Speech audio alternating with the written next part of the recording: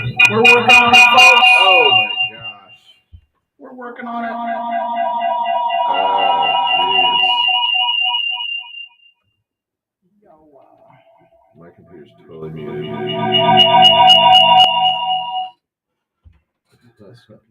Why are we not in? Are we streaming? Is anybody watching us? We're live for a minute. We have 3 people watching.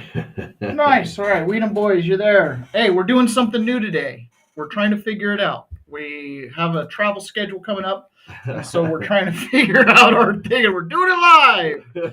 Oh my gosh. Okay, sound check. Can you hear me? Okay, is this at all right?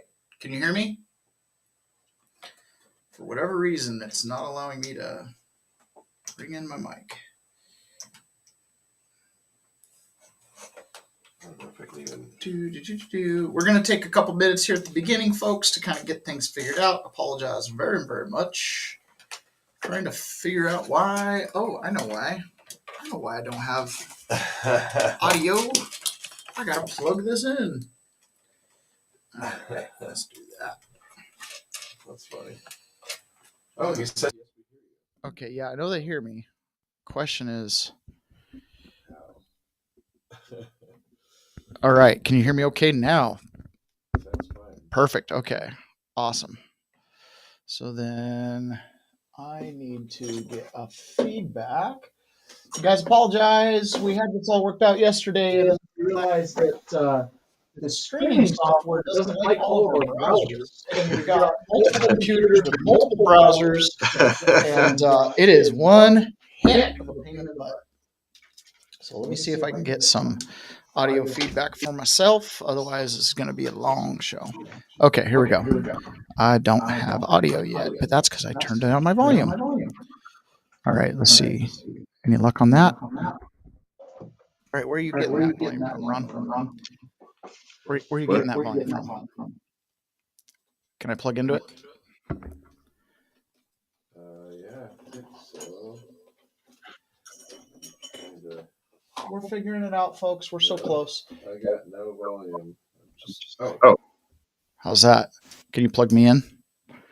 It's this. I don't know where it's coming from. Where is it coming from? Oh, I got sound now. I got sound down on my mic. Oh. Okay. Look at that. Oh, now I can hear it. You introduced feedback, echoes, better, sounds fine. We hear you. We're live. Still not AI. Absolutely not AI. For sure. Okay. So we've got everything rolling here. I don't know if this works. No, it doesn't work. Your mic? Yeah. All right. Ron's going to figure out his mic, and we're going to jump into the show because we got to get rolling here. Okay. So this has been one heck of a thing here. Okay. So now I want to do share screen. Oh, my goodness. All right. Oh, boy. All right. Yep. Let's go one. All right. Okay. And can you guys... Oh, that's not the one I wanted. Is that going to work? No. Dang. Okay, so let's do stop sharing. We're going to figure this out, guys. I promise. Okay. Share. Perfect. Okay, can you guys see this now? Hey, he's sitting across from me. We're figuring it all out. All right. I'm pretty sure I'm sharing here, so we're going to roll with this. Let's see, how would we know? Oh, I need to go here to... There we go. All right. See, we're doing something new. All right. Exclusive memo reveals DC judges are predisposed against the Trump administration. So the last couple days, week really, I've seen a lot of January 6ers. It's been more than this. It's been a couple weeks. I've seen a lot of January 6ers really pitching fits over this Epstein stuff. I've seen January 6ers pitching fits over, not firing enough people at the DOJ and on and on and on it goes, right? And I'm like, there's a part of me that's like, I just don't. Trump gave me my freedom. So even if he ends up being like a bad president, it's like, well, thanks for restoring to my family. And I couldn't have asked for anything more. That was like I was a single issue voter, and so were the people in my world. So I've kind of been really sensitive to the fact that, having seen for myself what I was up against with my trial, I'm looking at what Trump's up against, and I'm like, it's even worse, right? I mean, I was dealing with a couple people at the DOJ and a media narrative. He's dealing with media narratives, actual DOJ people, in this case, judges, and many, many more. So this is coming from the Federalist. Exclusive memo reveals DC judges are predisposed against Trump administration. And this is a picture of Judge Boasberg. So what happened was they have Chief Justice John Roberts and two dozen other judges that his DC colleagues said that, excuse me, Federal Judge James Boasberg advised Chief Justice John Roberts that some 24 other judges that his DC colleagues were concerned that the administration would disregard rulings of the federal courts, leading to a constitutional crisis.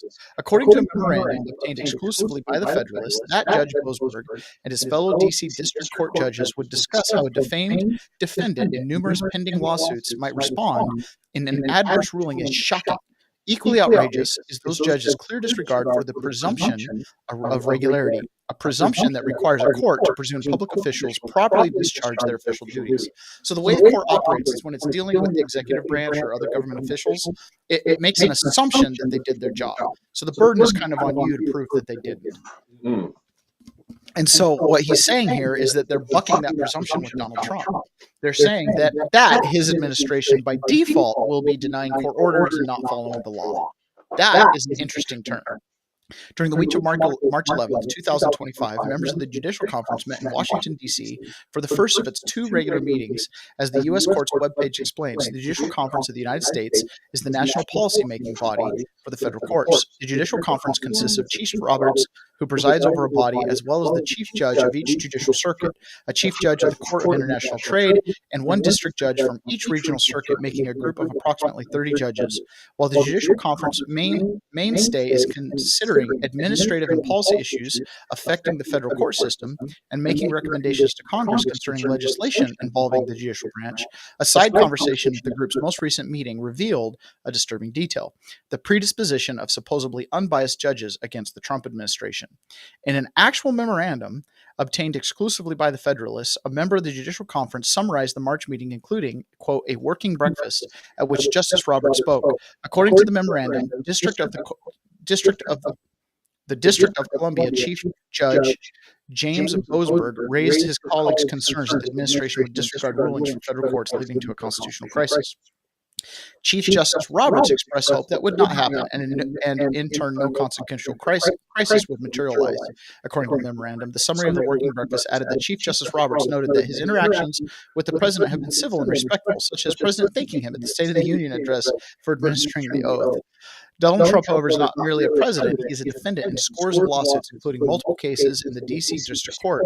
As such, this conversation did not concern generic concerns of the judiciary, but specific discussions about litigants currently before the same judges who expressed concern to the chief judge at the D.C. District Court that the Trump administration would disregard the court's orders.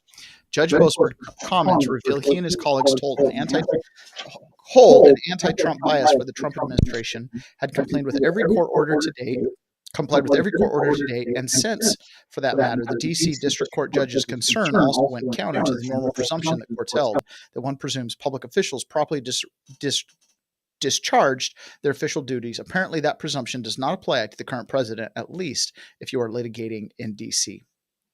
So the significance of this here is you've got a situation where Ron, why are you on the solo? You've got oh, this is so funny. What did you do? I turned the camera off. Oh, you know what I need to do? I need to make everybody moderators. I don't know how to do that. Promote to moderator, and am I already a moderator? Promote to moderator. Whatever that does something. Okay. So that's pretty interesting there. When you think about Donald Trump and everything he's trying to accomplish, one of the things he's up against is the actual judicial branch, which we've seen injunction after injunction, stopping his policies. And here we are being like, we need you to break the law and release a bunch of evidence that's not in an open trial. And there's no adverse ability to challenge that information. Please do it, do it, do it. And you wonder why they're worried that Trump is going to not follow court orders and not follow the law. There's a court order sealing a bunch of this Jeffrey Epstein stuff, right? So if Trump does that, what happens there? Now the judicial branch can say, yes, look, he does defy court orders. This is one of those things where there's no easy answers. There's no good answers. Last night I was listening to my wife. She was, as we were getting ready for bed, she never looks at her phone during the day. And so she was, she gets on to look at the phone and she sees a video from Donald Trump. And we're going to play that later where he's like, release whatever files that are good, but don't release the junk. And she's like, oh, I haven't heard that. All the buzz that she was hearing from her friends, what little she did touch her phone and look at things, she was hearing the opposite, that Trump was trying to bury things. Doesn't sound like he's trying to do that. This is, okay, I got to figure out how I'm going to switch screens here. Again, guys, we're figuring this out as we go. Presentation. There you go. Here we go. I just got to... All right, Benny Johnson. So this is Benny Johnson interviewed James Comer, and James Comer had this to say about releasing the tapes. And Bondi is what? Very quickly. Take the ball and run with it. People want to see accountability. There have been a lot of investigations. The deep state has been exposed thanks to Radcliffe and Kash Patel. Let's start prosecuting these people. Let's set some examples out of some people. Best advice for Pam Bondi is so what? You've got James Comer, who's grown in significance in the House, calling for prosecutions. I like that. Then you've got Steve Bannon over here giving a little bit of clear eyes as to what's going on, with Donald Trump and everything around him. And he offers a perspective that I think, along with knowing that the judicial branch is against Trump, right? And you've got all these voices calling for him to release Epstein files and whatever that means. But Trump has some realities he's dealing with. Just got the front page of the Washington Post, not digitally, but actually how the front page looks. One of the lead stories, documents show CIA had connection with JFK's assassin. From the Washington Post, documents show CIA had connection with JFK's assassin. What happened? What would America be like if on Friday night, the 22nd of November, 1963, Walter Cronkite and Eric Sevareid or Huntley Brinkley had come before the American people and say that the Central Intelligence Agency had a relationship or had connections, had been monitoring Lee Harvey Oswald? Think that weekend would have been a little different? Yep, that's how they roll. Do you control this government? You do not. Even all the hard work you've done, everything with President Trump, you've done. You see, he's just like Kennedy is being surrounded by many dark forces. You can see the dark forces gathering around President Trump. It's pretty obvious. If you see what you see, it's pretty obvious. If you see what you see, it's pretty obvious.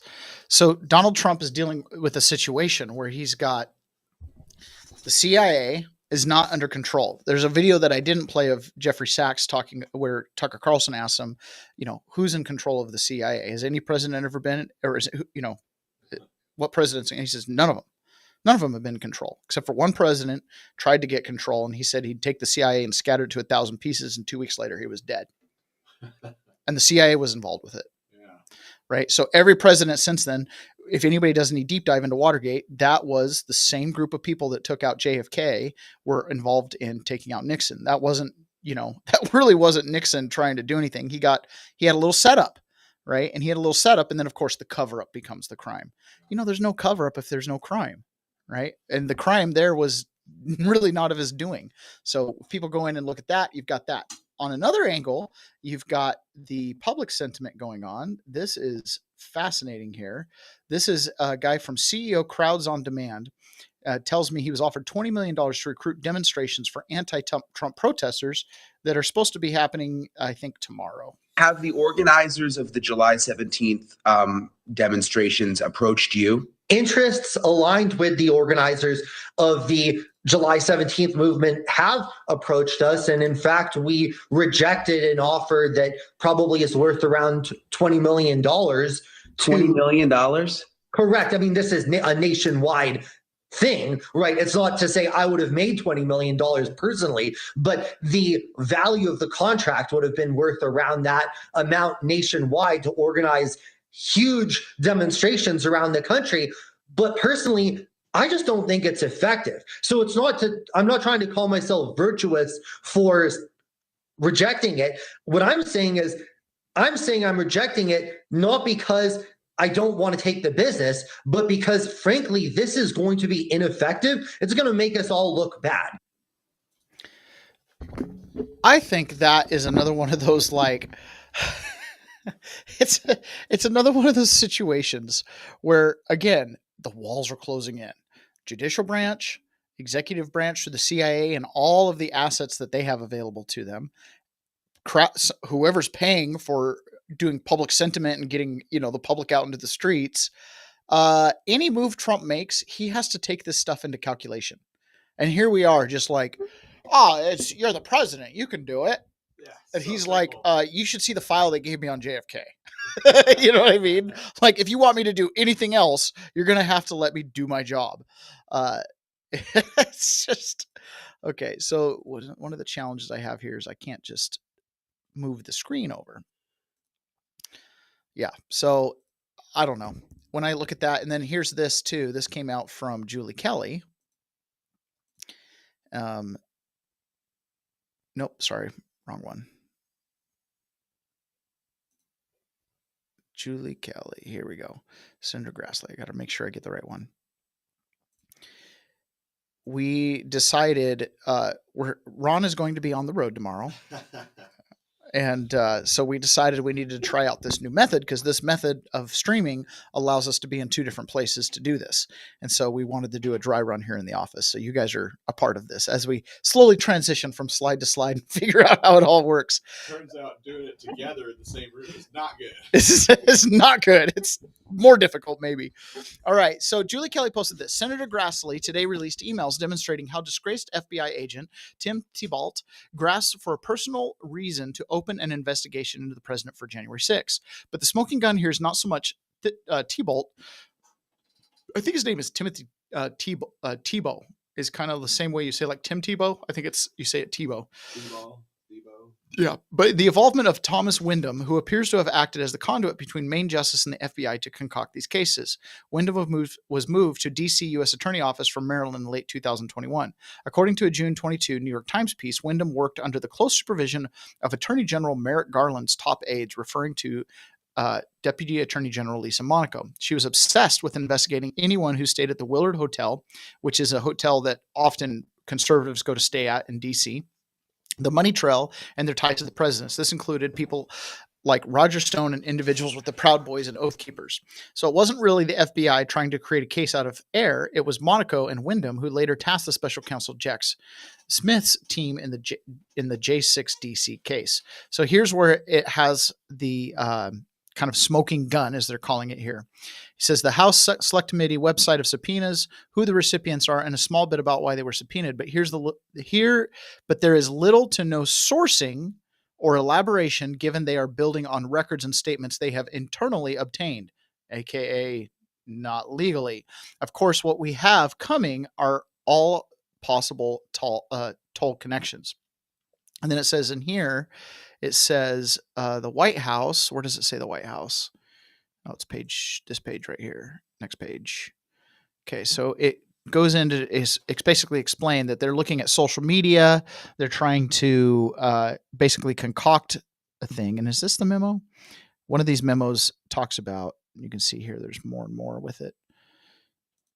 One of these memos talks about the White House is urgently trying to create a strategy to go after them. And so this is being considered a smoking gun here. I don't see it. There's one of these. Again, I'm not as efficient on this as I am on others. Anyways, really interesting.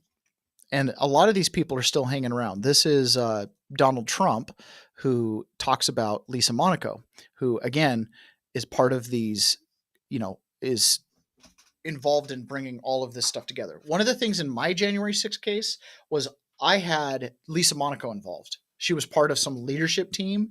So when I hear her name coming out with the auto pin scandal and all these other things, I'm like, this was a cabal. This was a group of people that were driving this forward. So even if you have other agents in the FBI and attorneys in the DOJ, even if they're like, okay, I might have my political opinions, but I set those aside and I just do what I'm doing under, ethical standards, they don't have the ability to just like kill a case. Oh, what'd you do there? Ron doesn't know what he did. I can still hear it in my ear. No, but it's. Is it your computer or your phone? No, it's my phone. I gotta get off. There we go. Okay. So, anyways, they would have been pressured by their bosses to proceed with misdemeanor J6 charges or go, process a warrant on Mar-a-Lago, stuff like that. So here's Trump talking about Lisa Monaco and his thoughts on her. Operations in Los Angeles. Should people expect to see similar operations in the rest of the country? Yeah. And will similar protests see similar response? As you know, we're moving murderers out of our country that were put here by Biden or the auto pen. The auto pen really did. I mean, the people, whether it's Lisa Monaco or whoever operated the auto pen, these are criminals. The people are criminals that allowed these criminals into our country. Operations in Los They're criminals. So this auto pen scandal is getting bigger and bigger too. Same people involved in prosecuting Trump are the same people involved in issuing all the executive orders, all the pardons, all that kind of stuff. It is big. I have thought about this auto pen scandal thing. So I knew prisoners. In fact, one of them's already reached out and contacted me, a black guy from prison that his sentence was commuted by Joe Biden. So he got out 3 or 4 years earlier. So he got out this summer when he wasn't planning on getting out till like 2029. Does he go back to prison? There's another January 6er, Matt Da Silva, who was down in Beaumont, Texas at the low security there. And his cellmate got pardoned on January 19th. And he got pardoned on January 20th. And so 2 cellmates randomly in a low security in Texas, both got pardoned by 2 different presidents 24 hours apart. The cell got emptied. And by the way, the cellmate that got pardoned on the 19th by Biden wasn't expecting it. Had no idea that was coming. He just, hey, you're out. What? Yeah, you're going home. What? Right. Meanwhile, Matt's like, I don't even know if I'm going home. Really interesting coincidence. So that's like, what happens to all those people? Do they just get sent home? Like, what happens? I don't know. Nobody knows. Oh man. But what about the executive orders? Because that's what we're hearing too, is a lot of these executive orders were signed by AutoPen. On day one, he sat at his little desk and signed like a whole bunch of them. But after that, you don't see, like, every time Trump signs an executive order, it's in the White House, the press is there, they get to ask questions about Jeffrey Epstein. You know what I mean? Like, somebody giving a little synopsis. Someone giving a synopsis. Yeah. So we all get to see it. Whereas when Biden was signing them, they were just happening, like all the different directives to open the border and stop enforcing the law and stuff like that. So there's another, so I wanted to show this here. This is posted by Cat Turd. Have you ever heard of the Cat Turd account? Yes. What I have heard of. It's what you have heard of. I remember when Cat Turd was like 9 followers. Okay. I remember when he'd just come on the scene and it was like, he just picked the best screen name. He picked the best little avatar, and he's I've seen him on video and stuff like that. I don't want to use the word redneck pejoratively. Okay. Cause I'm not saying it in a pejorative term. In this regard, I'd call myself a redneck, but he's just a redneck guy. That's just like, he's just really good at shit posting, he's raised people like Dan Bongino, kind of raised him to prominence by getting him to circulate things through the media and promoting them. And so I enjoy the Cat Turd account. It's Cat Turd 2. Yeah. Super troll. But he posted this, and this came from right wing madam. The Panic and Creed.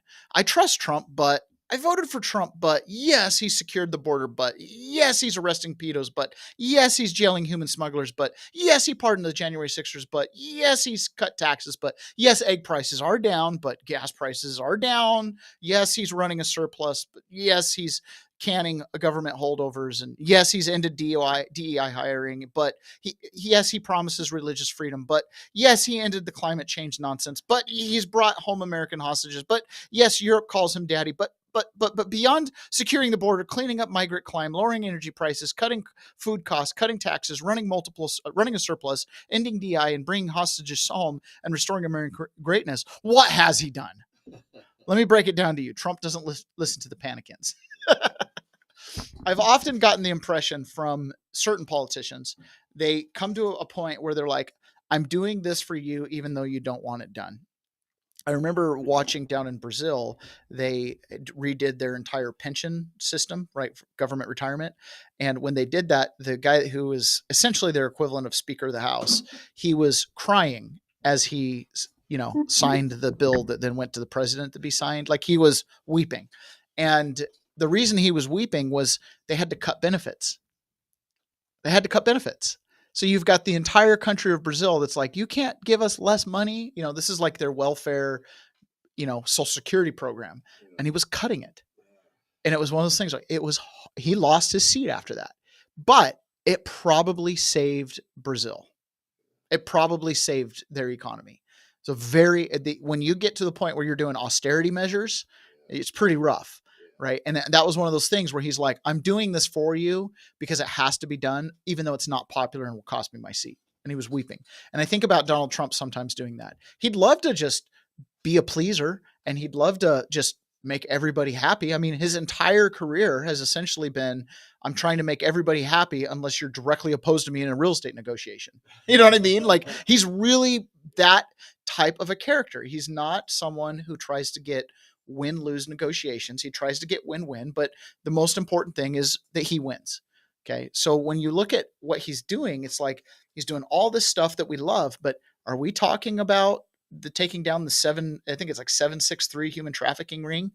Probably one of the worst rings around. Do I need to stop sharing so it's not on the screen anymore? You did it. Metal is good. Love me some rednecks. Yes. It's not pejorative. I heard I watched a preview for Hillbilly Elegy, which, by the way, you should read the book, right? I don't know about the movie, but I watched a little preview of the movie, and JD Vance is sitting at some dinner table with a bunch of attorneys, and they're like, oh, so you're from Kentucky? I mean, what's it like going back home? And he's like, it's fine. And they're like, oh, I'd go there, and I'd be like, I'm surrounded by rednecks. And he's like, we don't really use that term. And I thought, I like the term redneck. Anyways, yeah, so it's not pejorative, but yes, love me some rednecks, best people on earth. Here's another thing that Trump's been doing that's really good. This is out on the tarmac. He gave a little impromptu press conference, and Doug Burgum was standing next to him, as well as Lutnick. And Doug Burgum said this about AI taking jobs versus what the new economy looks like for, young Americans who want to get their start. What would you say about the job? Well, I think with AI, maybe we'll hear it. I don't know. What's going on? Did you? As Howard, you muted me? No. Trump has done more in 6 months than any other president has done in their entire 4-year term from Anti-Socialist League off of Rumble. Yes, he has. It's unbelievable. Which, by the way, we only need 2 more unique chatters over on Rumble. We've met our goal. I got 2. So if you haven't posted on Rumble, go over there, say hi in the live chat, and then jump back over to wherever you're watching, YouTube or X or wherever. Okay, so this is Doug Burgum on the tarmac talking about the jobs. What would you say about the job? Well, I think with AI, as Howard, the president, said, we're going to need more workers in this country because President Trump is the greatest economic developer that this country's ever had. It's brought back this record amount of foreign direct investment and a record amount of U.S. investment going back into job creation. But the mix is going to change. AI will take jobs away like software development because AI can write code, but AI can't wire a building, do plumbing. I mean, if kids go into the trades today, they're all going to be making 150 grand and they'll have amazing lives, build companies, start businesses. I mean, this is part of the boom of America because middle class, working Americans who will never have had it as good. They have lower taxes, lower regulation, and more opportunities to go to work to build things. We need people. We really need, because we're building so many factories in the country. And so AI can help with that. But what also is going to help are going to be robots. You know, the robots, I think, are going to be a big deal. And that's going to. Isn't Trump awesome? The robots, like, you get great jobs as plumbers, electricians. Yeah, AI is going to be great, but the robots. I just love this man. Help also. Oh, you muted it. What happened? Oh, that was the end. The robots. So that is something that I realized many years ago. Do you remember the Cherry Hill development? Yeah. That started out as your development, and then we ended up getting involved. So when we were doing that development, right, we were looking into laser and GPS units for the bulldozers and stuff like that. So on when it comes to earthwork, it's a skilled trade just like anything else. You got these big machines, and when you're cut and grade, you can be efficient or you can be effective, or both, right? The good operators are both effective and efficient. They maximize the strokes they take with the excavator. Every push with the dozer advances the grade or whatever they're trying to do. Then you've got, people that are effective and can do something small, but they're not efficient. They waste strokes. You know what I'm saying? Like there's kind of this range. And so as a business owner in the excavation field, you start to really notice a good operator, an operator that can move a lot of dirt and do it with such detail that he doesn't move it twice.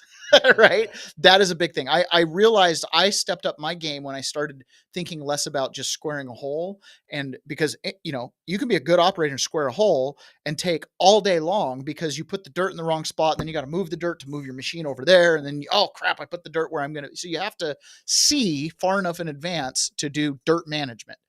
So good operator does that. And GPS and you can put GPS on bulldozers. You can even get them for excavators now. Take out a lot of the detail as far as like being effective to dig a square hole or to cut grade. Takes out some of the skill, right? But what it doesn't take out is the dirt management element. No. Okay. And so when you find an operator that has advanced to the point of dirt management, he doesn't need the GPS. Okay. So it's like, if you get the GPS, it's like, yeah, you the guy cut grade, but now you're spending all the time pushing the dirt somewhere, you have to think it through. If you got the operator that you cut the skill out, then you have neither. Yeah, if you take the skill out, then you have neither. So a good operator with GPS can basically take a nap, right? As long as he's pushing in the right direction. If you're a bad operator, you're going to push the pile and then it's going to be a bad. Anyways, so out on that site, we were looking at all these programs. And so you can hook up the GPS and then you've got software and you can, put in the calculations so it knows what to do. And as we're looking at all of that, I was like, they're never going to replace us. Like the cost at that time, the cost was about $250,000 to outfit your machine and then get the software to direct it. The scale of most projects isn't going to accommodate that because the operators are still good enough to just do it. Okay. And my father-in-law said, he's like, it's going to be a long time before they replace you guys. Like, and I was like, yeah. Now, having said that, as the years have gone on, I don't know did you see what SpaceX was doing with their new site that they're building somewhere? So they've got these Connex containers that are all wired up. And just like in the military, the drone operators are not where the drone is. They've got all the skidsters and machines out doing the work that have nobody in them. And they're sitting inside the Connex operating remotely. So I'm like, oh, it might be getting closer than we think. But either way, plumbing, the trades, welding, plumbing, some of these things just can't be done with machines or even robots. So going into the trades, it's a new economy, and all these factory workers, you notice he said, we need people. We need people. We have a lot of people that can go to work before we run out of available labor. But even just saying we need people, there are factories being stood up right now. There are hiring places all over the country. And you know what they're looking for? People. You know why that border was open? Because that lobby group needed people. Yeah, because robots weren't trying to come across. Yeah, robots weren't coming across. People were, exactly. So that lobby group is kind of what led to the open border because they needed labor. So let in the almond pickers. Okay, the cartel comes with them. It was like an accepted risk. It's not the case anymore. We've kind of wised up. They let too many people in. So now, again, I'm just pointing out the differing interests here. I want jobs for Americans. They're just like, we got jobs for anyone. So go fill those jobs. Go fill those jobs. I've got a son who's getting ready, here in the next year or two. He's going to be probably heading out of the house and figuring out his career. And I've thought long and hard, go to school. I did that. I went to school and then promptly went into the trades. So I'm like, or you just jump straight into the trades. I had a very wealthy, I guess he was a grand uncle that one time when I was really young, like 8, he sat down because I have another uncle who's a dentist, and they sat down and did the math on rate of return on your education. And he was like, yeah, so I kind of saw how they did it when I was young. This is like my first ever exposure to rate of return. Hey, Ron, you made it. My first ever return to like rate of return. And I wish I would have done that math before college, because I wouldn't have gone to college. Unless you consider this part of the return of getting a political science degree. But I used to joke all the time, I got a political science degree, which basically means you're unemployed with an opinion.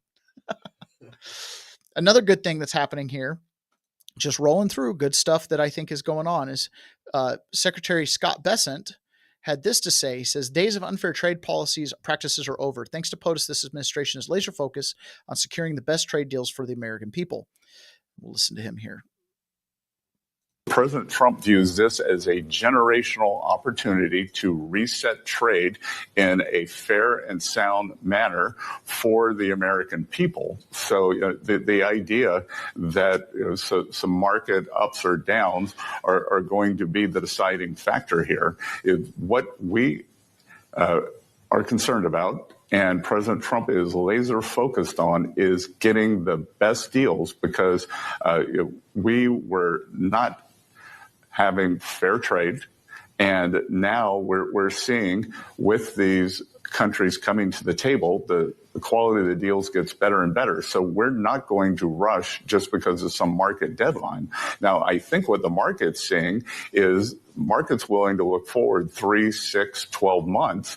And this is going to be good for the U.S. It's going to be good for the global economy. All right, let's do a little experiment here. I want to find out what trade deals have been completed. So what's the best place to do this here? Sapphire Patriot on YouTube. Good morning. Welcome.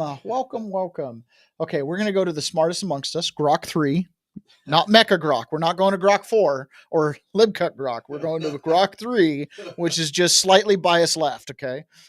What are the trade deals Trump has completed and their basic terms? We're doing a little live on air. Okay. We're going to see what Grok has to say. And we're just going to take everything it says as absolute truth and not fact check it at all. Here's a concise overview of the trade deals completed by President Donald J. Trump during his second term, as reported up to July 16th, 2025, based on available information. So the United States and the United Kingdom basic trade deal. So think about this in terms of what we have accomplished as the United States corporation. What have we accomplished now in opening up markets? And, we're the East India Trading Company now. So where are we selling our goods and getting our supplies? Expands markets across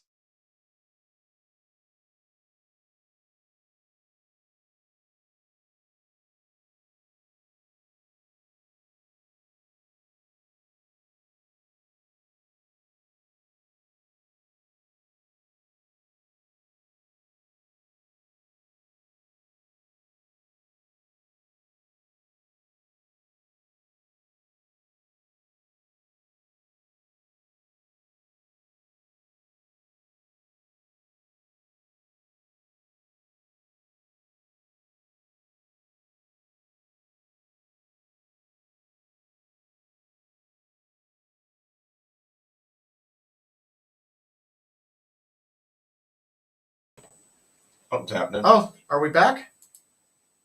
There we go. We don't know what happened. Nothing happened.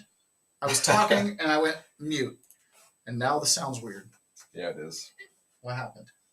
I don't know, but I can hear me now. Okay. Fix that. Okay, that's my sound. I had to change my mic. We don't know what happened. Welcome to the show. Not AI. Robots have not taken over. Robots can't do this nearly as well as we can, Ron. Oh, I'd say we need to hire a producer, but we already have one. We got the best one we can afford. We got the best one we can afford, which is nothing. We don't even cover the cost of our streaming fees, guys. So head on over and, buy me a coffee or find a place to help out. All right. The video is clear, oddly enough. It's clear on this new platform. Yeah, I'm using a digital camera, which I guess we were using digital cameras anyways, but yeah, we have a different. Is this thing like 10 years old? No, I just bought that at Best Buy, but it's only like $720 or something. I bought it when I was on the road and I went to Utah. Okay. So where were we? We were talking about something really important. Grok was answering our questions. Trade deals. Okay.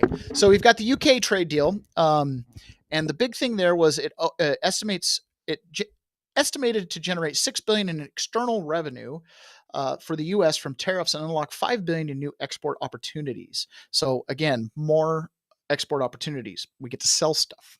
It's described as a breakthrough deal in its limited framework. It's a limited framework rather than a comprehensive trade agreement, leaving many details for future talks. Great. United States-China trade agreement. Both countries agreed to reduce tariffs by 11.5%, with the U.S. retaining 10% baseline tariff on Chinese goods, while China retains a 10% tariff on U.S. goods. China removes retaliatory non-tariff countermeasures imposed since April 2025. China agrees to supply rare earth minerals and magnets up front, critical for U.S. industries like automotive and medical. That's good. The context, this agreement is described as a truce rather than a comprehensive deal, largely restoring pre-April 2025 trade status quo. It addresses $295.4 billion on U.S. goods trade deficit with China in 2024, but maintains significant tariffs. And I think a lot of our treasury revenue is coming from China tariffs, which we didn't have before. That's the thing. It was 0 or 10%. And if you understand how China trades, it is not us that's paying that price. I hear that all. Tariffs are a cost to the consumer. Not when you're dealing with a communist country that's not dealing with a solid currency that pays its people in monopoly money and slave labor. They're sucking it up because they don't view it as a profit margin. They're not trying to make a profit. They're trying to keep their people employed. That's the social compact they have with the people of China. If you don't understand that, you don't understand why they've been ripping us off, because they've never made a profit. That's why they can sell stuff so cheap. They're not concerned about the profit margin. They're concerned about the domination. Right. If you don't understand that, you will not understand why China has been eating our lunch. They're looking at all of their trade, all of their manufacturing, everything they do. They're looking at it purely from a sense of an employment program. Gobbling up the jobs. That's all it is. Keep the people busy so they don't revolt. There's nothing else going on there. And I think that is something that we just do not comprehend. We're raising a capitalist society. Money's everything. And it's not that, right? It's just like the Department of Education. It no longer became about outcomes of education. It became about employing the most amount of people that can vote Democrat. That's basically what it is. If you're employed and you owe the CCP your job and you don't think you can without the CCP, then you just keep going along to get along. And their citizens don't have a capitalist mindset. They don't have money market accounts. Yes, the citizens do not have a capitalist mindset. They don't have a money market account. Is your mic not working? It doesn't work. Oh. See, blah, blah, blah, blah, blah. Oh, how were you talking before?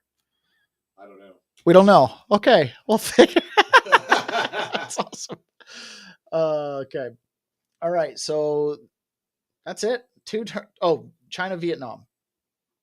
So the China-Vietnam deal, U.S. reduces tariffs on Vietnam goods from 46 to 20%. Wow. Vietnam agrees to allow greater access to U.S. goods previously blocked in its market. Vietnam commits to reduce the flow of Chinese goods transshipped through Vietnam to the U.S., addressing circumvention. And described as a loose deal, it lacks public documentation, aims to curb transshipment and open Vietnam's market, but is not a comprehensive trade agreement. But the basic frame line there is, for the first time ever, we're selling stuff to Vietnam. We weren't doing that before. Specifically cars. I know that was the big one. Yeah. Okay. United States-India trade deal. Basic terms. This was yesterday. So this is let's see what Donald Trump has to say, and let's see if let's fact check Grok against Donald Trump, because Donald Trump's always accurate. That wasn't a joke. I trust my president implicitly. And maybe we'll find it. Nope. Okay, we're just going to read it here. So the basic terms, Indonesia opens up its entire market to U.S. goods. Can you look up the population of India? Actually, I'll just ask Grok. Yeah. Grok knows. Yeah, you can look it up. All right. Entire market to U.S. goods commits. 1.4 billion. Excuse me? 1.4 billion. So, hold. What was that population of Indonesia? Go ahead and say it into the microphone. 1.4 billion. 1.4 billion people in Indonesia. I did not see that coming. What's China and India's populations? China is 1.4 billion. Indonesia is the same population. Oh, no, India. I'm sorry. No, Indonesia. Oh man, I was like, whoa. I did not see Indonesia as a big player in that regard. 281 million. Okay. I thought Indonesia was split between, because Russia is 140, 150 million. Is that right? Okay. Wow. I just had like a total, my brain just went, like, I haven't met enough Indonesians to think there's that many of them. You know what I mean? Like when you're talking about Indians and Chinese, it's like 1 in 7 people. You know what I mean?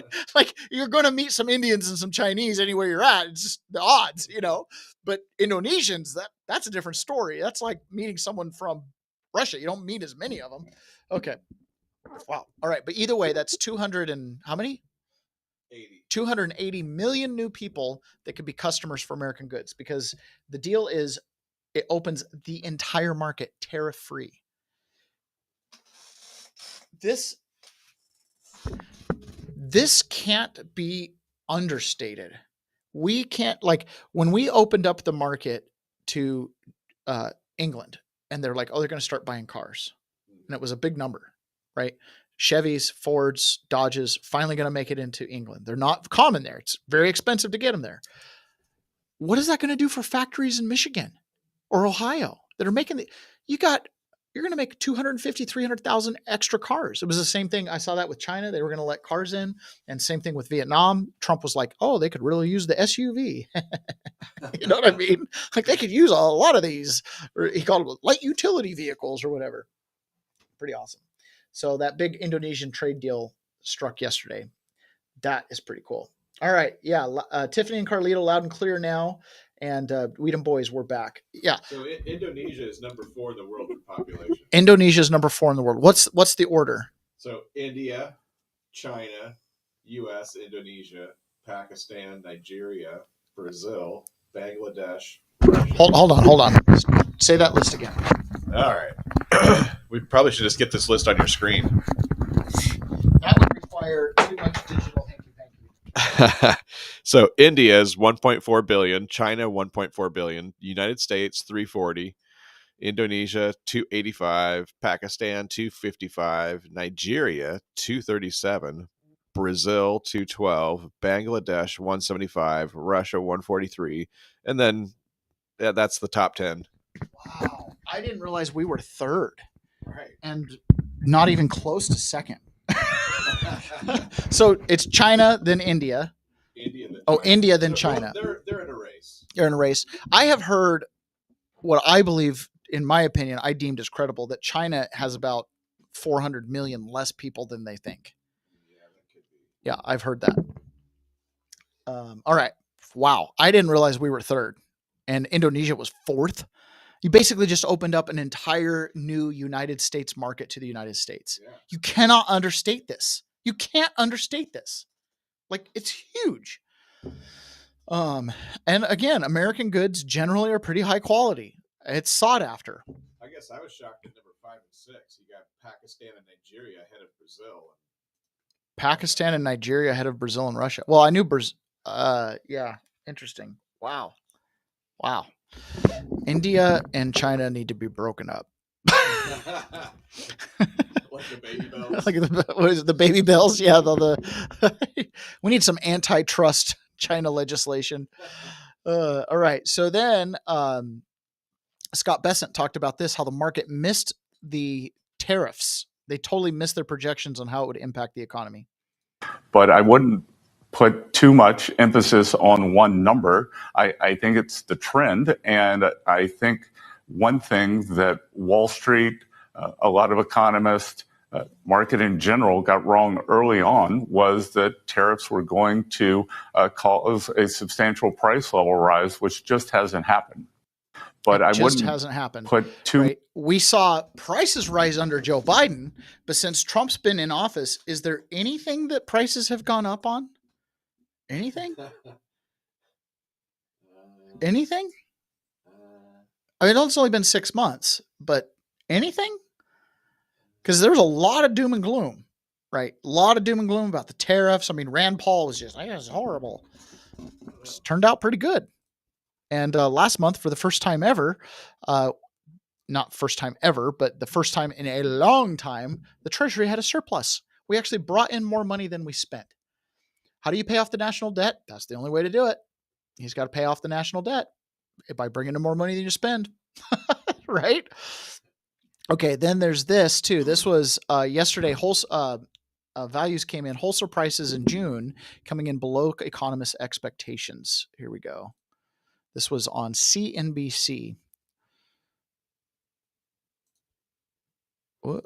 For the month of June, PPI comes in unchanged. Unchanged, we're expecting up 0.2. Unchanged would be the smallest inflationary wholesale increase since it was minus 0.1 in March of this year. Strip out food and energy, it remains zero. Unchanged, zero. And that would once again, that would comp towards April when we were minus 0.2, which, by the way, was lowest inflation rate going all the way back to April of 2020. If we strip out food, energy, and trade, unchanged. That also would comp towards April of this year. Now, let's take a bigger view, year over year. Year over year headline, expected 2.5, comes in 0.2 light, 2.3%. That would be the lightest in the Wayback Machine going to September of last year. If we strip out food and energy, up 2.6, a tenth light, and that is 0.4 less than the rear view mirror, which was up 3%.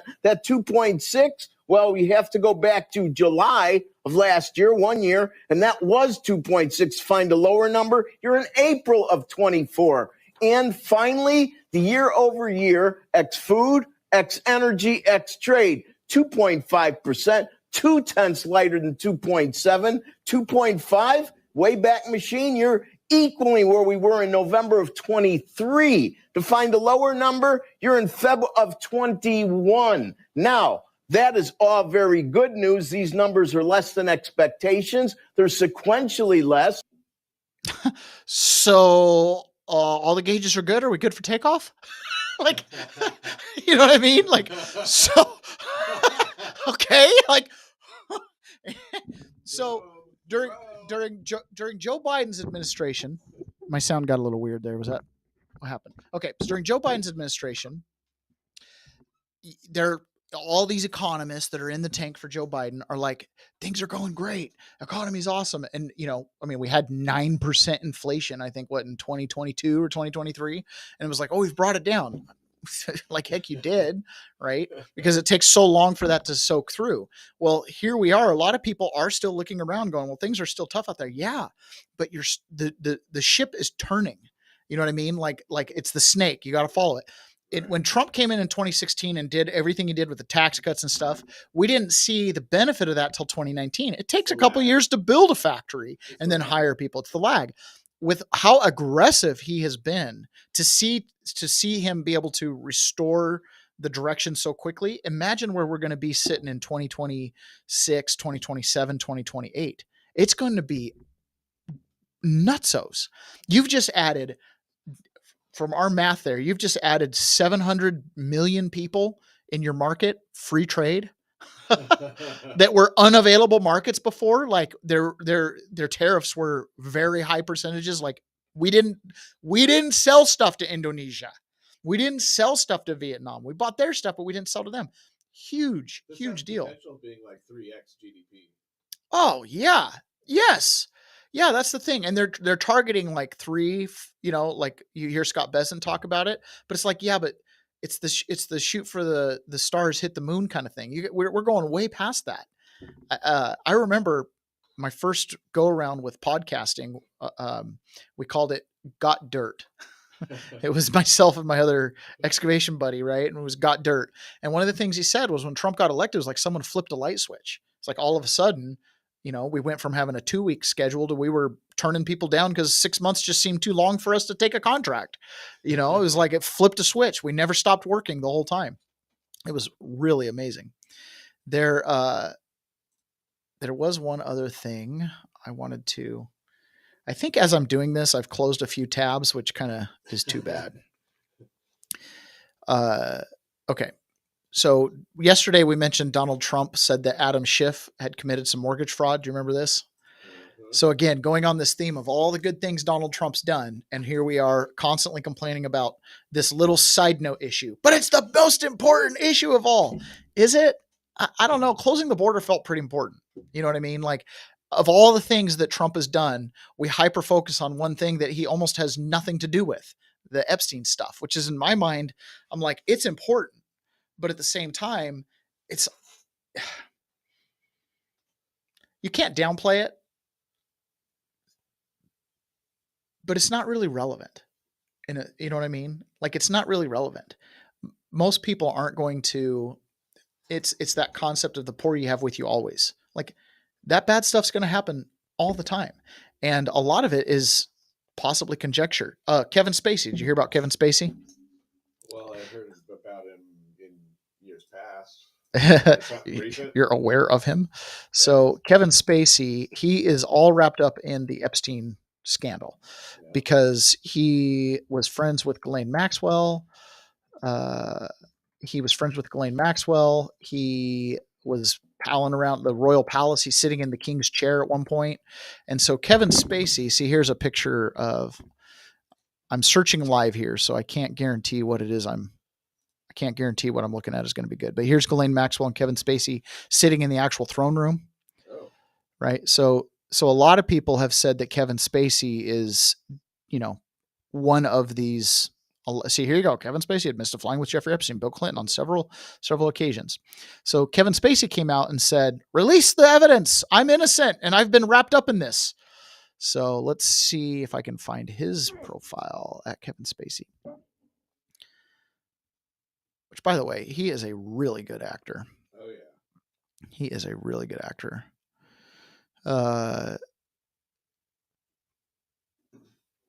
Where did he put it?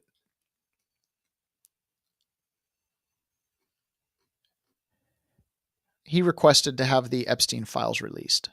And when he had his little scandal, when they accused him of rape, which, by the way, he was acquitted of, right? But he, he started having this Epstein connection come out. And so he came out and gave pizza to the paparazzi. Yeah. Like, he was kind of playing with it, Yeah. But he's like, release anything and everything. I'm innocent. He doesn't want anything to do with it. Anyways, I think that's kind of one of those. He's one of those people that, he's just a rich actor hanging around rich people and is guilty by association.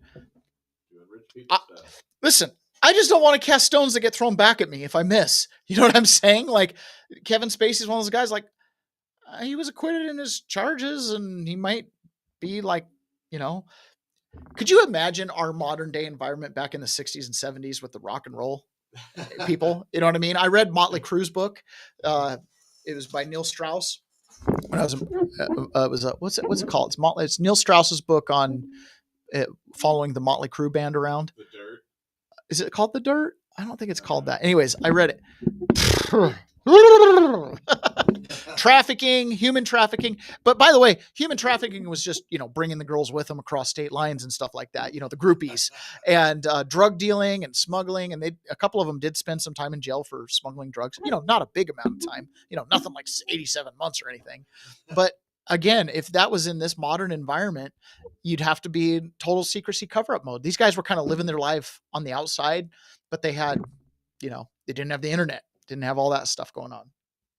Makes me wonder with modern, with our modern celebrities, they're just so secluded, and it's for that very reason. Weedham boys, I need to finish watching House of Cards. I found that series to be really good up until Kevin Spacey got killed, and then it just got weird. There's a lot of actors that move out of country just so they can have a life. Like Johnny Depp can't go anywhere. Oh yeah, that makes sense. Yeah, that makes total sense. I know Eva Longoria moved to Spain. Yeah. Then has committed mortgage fraud, and part of the president's argument because of Trump, even though she'd been there during Biden. All right, so this is Peter Doocy at the White House talking about the Adam Schiff scandal, and Adam Schiff has responded. Has committed mortgage fraud, and part of the president's argument is this: I've always suspected Shifty Adam Schiff was a scam artist. Adam Schiff said that his primary residence in Maryland to get a cheaper mortgage and rip off America when he must live in California because he was a congressman from California. And here's a quick refresher about President Trump's beef with Schiff. He is using the department as both sword and shield, acting like a convicted felon because he is a convicted felon. The Trump administration is corrupt. No one, not even a president, is above the law. Well, now the California lawmaker who spends a lot of time in Maryland is responding. So the president today is accusing me of fraud, and the basis of his accusation is that I own a home in Maryland and I own a home in California. Big surprise. Members of Congress, almost all of them own more than one home or rent more than one home because we're required to be on both coasts. So he is using my ownership of two homes to make a false claim of mortgage fraud. The president wants stiff penalties here, so we had a chance to ask, how stiff? You say that you want Adam Schiff brought to justice. I would love to see him brought to justice. I'll tell you what, I think Adam Schiff is one of the lowest of the low. I would love to see him brought to justice. He is a dishonest, crooked guy. I don't know about the individual charge, if that even happens, but Adam Schiff is a serious lowlife. The New York Post first reported that Schiff barely spent any time in California because he was always at this Maryland house 3 years ago. Back to you. Yeah, so I guess one of the things was that they said that they listed as his primary residence, Peter. That was it, and you can't do that. Oh, yes, and the longer version of President Trump's Truth Social is very, very detailed. The specific dates that certain boxes were checked on mortgage applications. But yes, the president is accusing Schiff of saying that Maryland was his primary residence when he was running to represent California, which the president thinks. Peter, remember the same thing happened here in New York. Letitia James, our AG, she was accused of doing the same thing. A residence in Virginia, and she allegedly was claiming that as her primary residence, yet she was the AG here.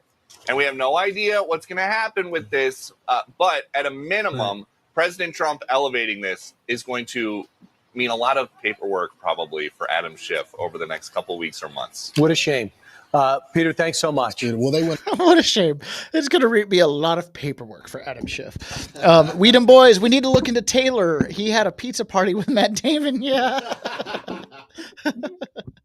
The only people that believe Schiff are a couple hundred brain dead Marxists that still watch CNN and MSDNC. It's a miserable cult thing. Yeah, I know. Adam Schiff is one of those ones where it's like, I don't know anybody listen to him. You know, by your fruits you shall know them. The election system in California clearly has some problems. It produced some bad fruit. I'm actually really surprised he got that Senate seat. But I probably shouldn't be, knowing what we know about elections. So it's like, it's like, I don't know. There's no way he got elected. No way he got elected. Yeah. Well, we say that. I know, right? We say that. It might be farther along this nasty process than we think. All right. This is Brandon Gill talking about Biden and the auto pen for the clemency pardons. You know, the funny thing about these pardons, there were 25 pardons or clemency orders that were signed with, that Joe Biden signed. And of those 25, there was only one that he signed with his hand and not with an auto pen. You know who that was for? That was for his son, Hunter Biden. This is a huge problem. The one that he decides to pick out of all of these people is his own son. You know, the funny... He picked out his own son. It's the only one. I still can't. I still am having a hard time wrapping my brain around what can be done about this. What can be done about it? There's 2,500 in one slew and like 1,400 other inmates that got commutations from Joe Biden. Do you just reverse those? Do you just BOP show up at their door one day and they're like, "Oh, hey, by the way, you're coming back in." You know, it's just a furlough. Like, what do you do? How do you unravel Anthony Fauci's auto pin pardon versus my buddy that's in Texas that's calling me? Right? How do you unravel that? Open question. I don't know. Maybe that's why they did it. I don't know. How do you unravel some of this stuff? Yeah, exactly. That's why they did it. Yeah. Do it and ask. It's too complicated to unravel. I don't know. And it's also why guys like that one guy's roommate were like, "I'm getting out." What? Yeah. Yeah, just to create the confusion and. Yeah. Here's this. Donald Trump is also, so the Supreme Court allowed for the Department of Education to be downsized, right? To do all the mass firings. And one of the things Donald Trump is doing is he's moving special ed into HHS under Robert Kennedy. And also Bobby Kennedy, the Health and Human Services, will be handling special needs and all of the nutrition programs and everything else. Rather complex, but that's going to be headed by and handled by Health and Human Services. So I think that'll work out very well. Those two elements will be taken out of the Department of Education, and then all we have to do is get the students to get guidance from the people that love them and cherish them, including their parents, by the way, who will be totally involved in their education along with the boards and the governors and the states. And it's going to be a great situation. I guarantee that in a few years from now, I hope I'm going to be around to see it, but I think we're going to see a lot of it. I think that you're going to have tremendous results. You're going to have results like Norway, Sweden, Denmark, a lot of the. What does he mean by I hope I'm around to see it? John Ratcliffe, what are you doing? I hope I'm around to see it. So moving that all over into HHS, I have real mixed feelings about this. How come? Because I don't know that the Health and Human Services, which has traditionally been more medically oriented, which I understand these special needs kids and stuff like that, but I feel like they have their boot tightened up, laced up real tight. I think that you know what I is mean? a move that is being done to ensure that they can get rid of the Department of Education. Oh, I believe that. Like, I'm not against it. I'm just like. So where else would you put it? It just kind of made sense. That's the best place. The state? I don't know. I'm all about just getting the federal government out of primary education, like completely. No, that's what they're trying to do. Yeah, I know. But now HHS is involved in a function that is you just change the names. I took off my Department of Education hat and I put on my HHS hat. Same job. I don't know. Anyways, it's just fresh blood, I guess. But I don't know enough about the individual programs and how they're going to be administered. They probably didn't want to get criticized for cutting, special needs stuff. Yeah. Again, and this is a consideration, what people are going to think. I don't want to be criticized. Well, clearly, you guys are not immune from being, like they're not used to being criticized. It removes it from the argument that would get played over and over in the media. Yeah, I guess maybe there's that. I don't know. It'll be interesting to see what happens. On a completely different topic, do you know who Andrew Tate is?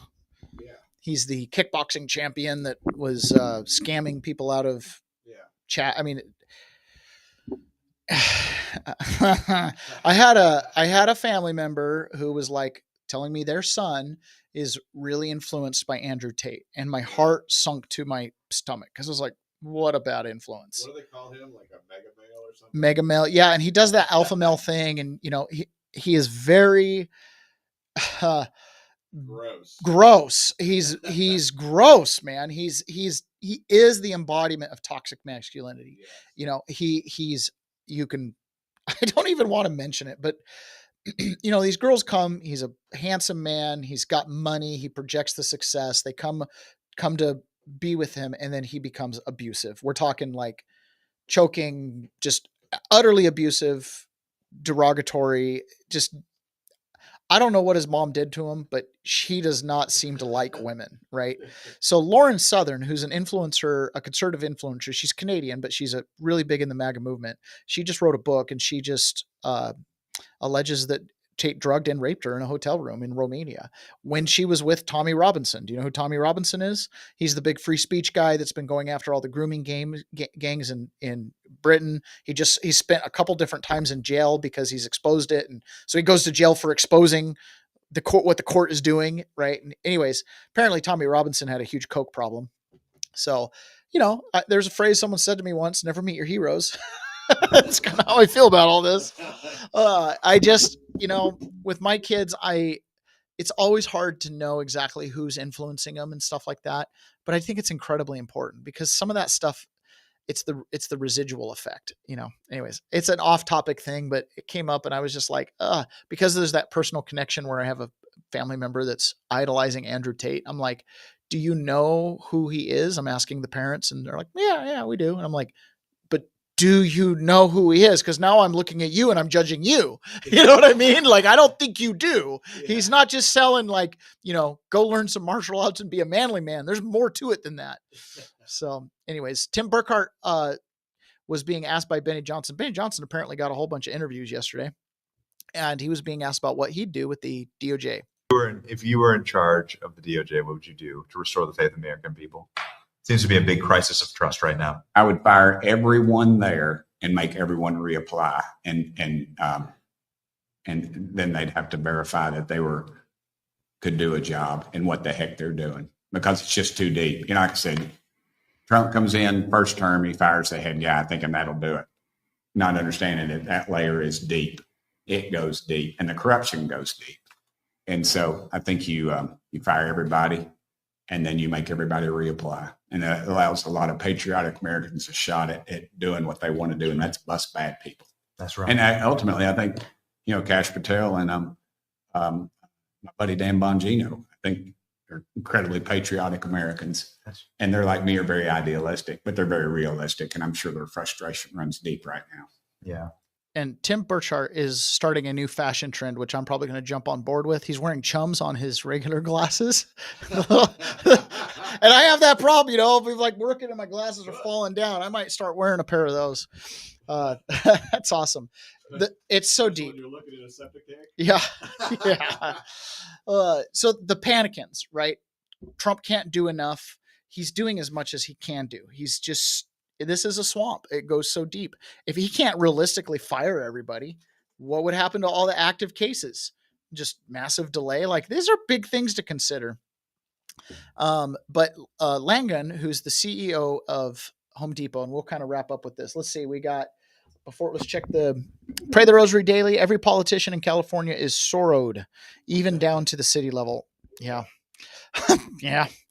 Bye-bye YouTube. We the people need to fire them all. Yeah, we should probably get our elections figured out too. Okay. Last thing here. This is the CEO of Home Depot. And he was one of those weird guys who supported Trump. And then when Trump went out, he kind of did the not support Trump. And then Home Depot went full in DEI. And then they kind of got rid of the DEI thing. They've had a hard time figuring out exactly which direction they're going to tack. They couldn't just stick to selling 2x4s. They kind of had to, get involved.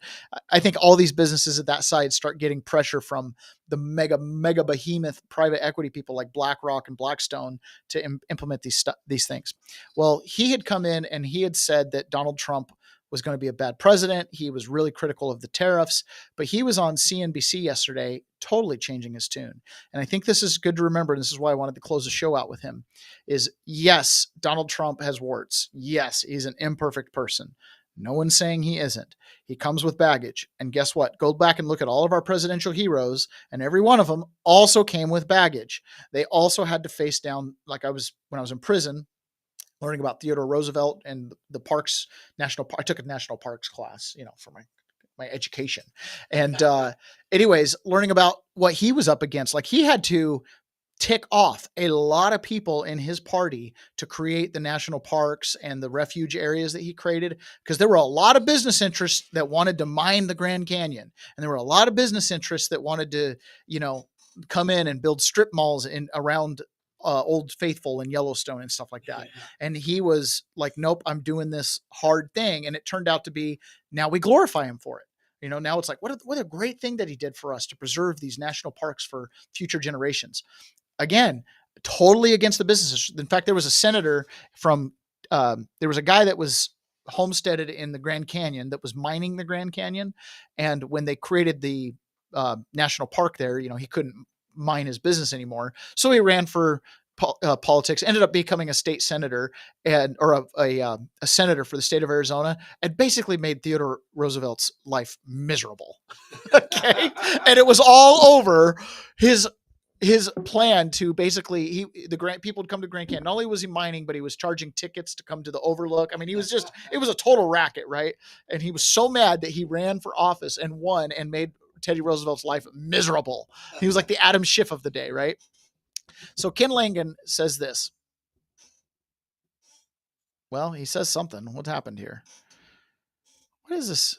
What is this? What is this? Am I not in? Oh, I should probably just actually share it rather than play it. Okay. Look, let me tell you right now, I am sold on Trump. In fact, I'll say this. I think he's got a good shot at going down in history as one of our best presidents ever. That is a real turnaround because you didn't want to vote for him. I tell you the reason. I want to tell you, I'm a believer.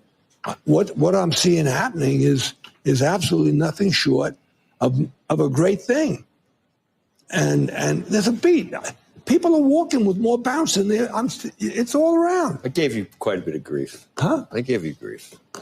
You give me grief? I gave you grief when it was a binary choice. You're still complaining about Trump and it was a binary choice. It's like, are you kidding me? Knowledge implies one thing. When you made a mistake, admit it. Okay. I think this guy is turning out to be a president. Right. One of the pilots on that miraculous trip to Iran that we wiped out, whatever the hell we wiped out. Right.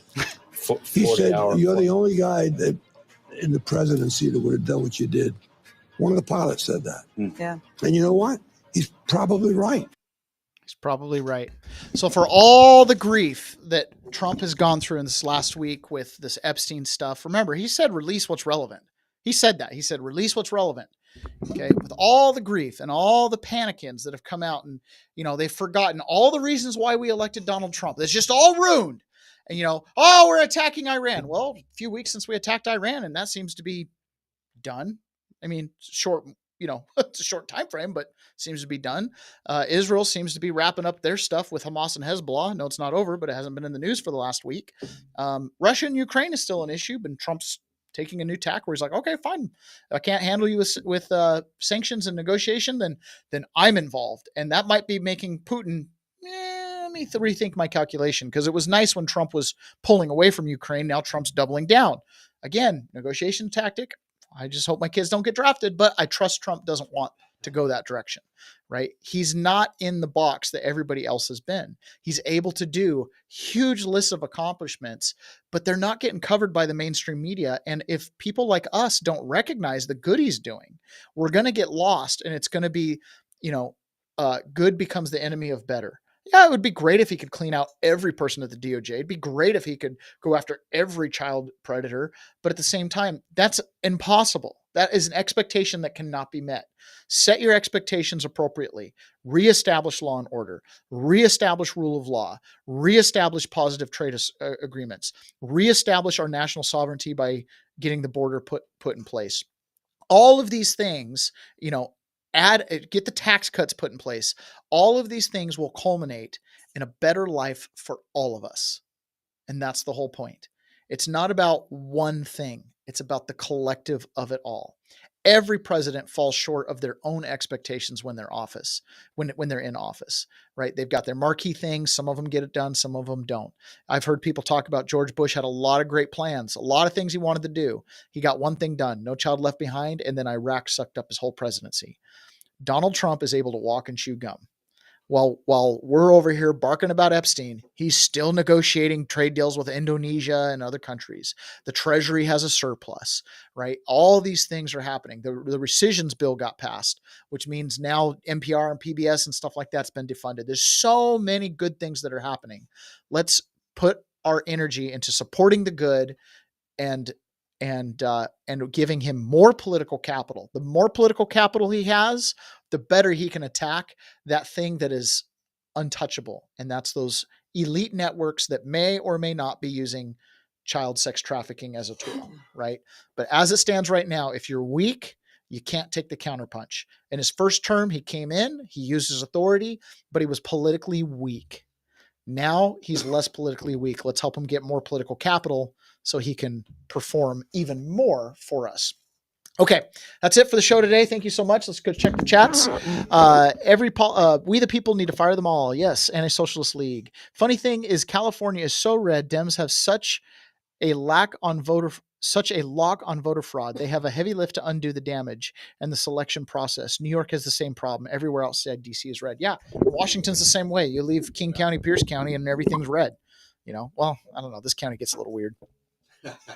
Anyways, all right, guys, that's it for today. Thank you for sticking around despite all of our technical glitches, is what it is.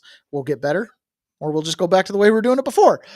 Anyways, and there's no outro either, by the way. So when I say goodbye, I mean it. It's goodbye. So talk to you guys again tomorrow. Don't forget to check out 1776 Live and all the other places, peasantsperspective.com and leftbehindandwithout.org. And with that, you guys, there's Ron saying bye.